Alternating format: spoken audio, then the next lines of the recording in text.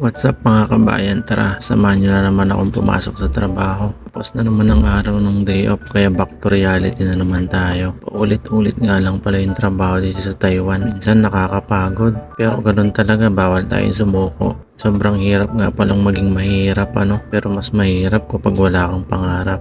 So bali dito nga pala nag-aayos na ako para pumasok sa trabaho. Ganyan nyo nga naman na nagpapakit pa sa camera. Nag-ayos nga lang pala ako ng konti dito. Na naglagay lang ako ng palaman sa mukha. Hindi, moisturizer nga pala yan. Nagdadry na kasi yung mukha natin kasi malamig na dito sa Taiwan. Agkursing mantiro pa. Nang tapos na ako mag-prepare at mag-ayos, sumilip ako dito sa labas. Sobrang ganda ng panahon. Nakakaganang magtrabaho pag ganito yung nakikita mo. So bali dito nga pala pababa na ako ng dorm. Lalakad na ako. So bali sa 4th floor kasi yung kwarto namin. Kailangan mo pang bumaba at gumamit ng hagdan. Wala kasing elevator. So kung mapapansin nyo, nagsisipasokan na din yung mga empleyado dito sa company namin. Pasok na naman tayo sa trabaho mga kabayan. Panibagong araw, panibagong buhay, panibagong pag-asa. So ganito lang yung routine, araw-araw na trabaho.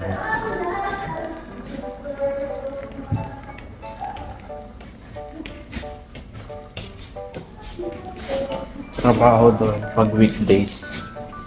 Pag weekends, lumalabas ako para magsamba. Bali sa 4th floor nga pala yung department namin.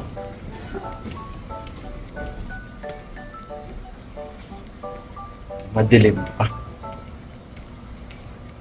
So mamaya na lang mga kabayan, bawal ang cellphone sa loob. So bali dito nga pala nag-start na ako sa trabaho.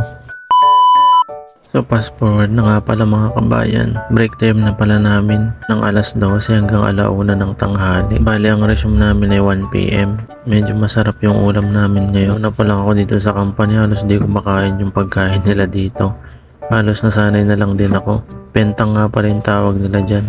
Shoutout nga din pala kay paring Edgar. Sabi niya kasi isama naman daw sa video. So bali dito nga habang kumakain siya, binibidyo ko siya. Pagkatapos ko ang kumain, nag-prepare na din ako para makapasok ng 1 PM. Fast forward na naman, bali yung duty namin hanggang 9 PM. Overtime kami ngayong araw na to. So bali dito ay pa-out na kami. Naghihintay na lang kami ng oras para makababa. So ganun lang yung routine ng trabaho. Kapag weekdays, dorm tsaka company lang. Hindi na din ako nalabas kasi gabi na din kami nag-out. So hanggang dito na lang mga kabayan. Maraming salamat sa inyo.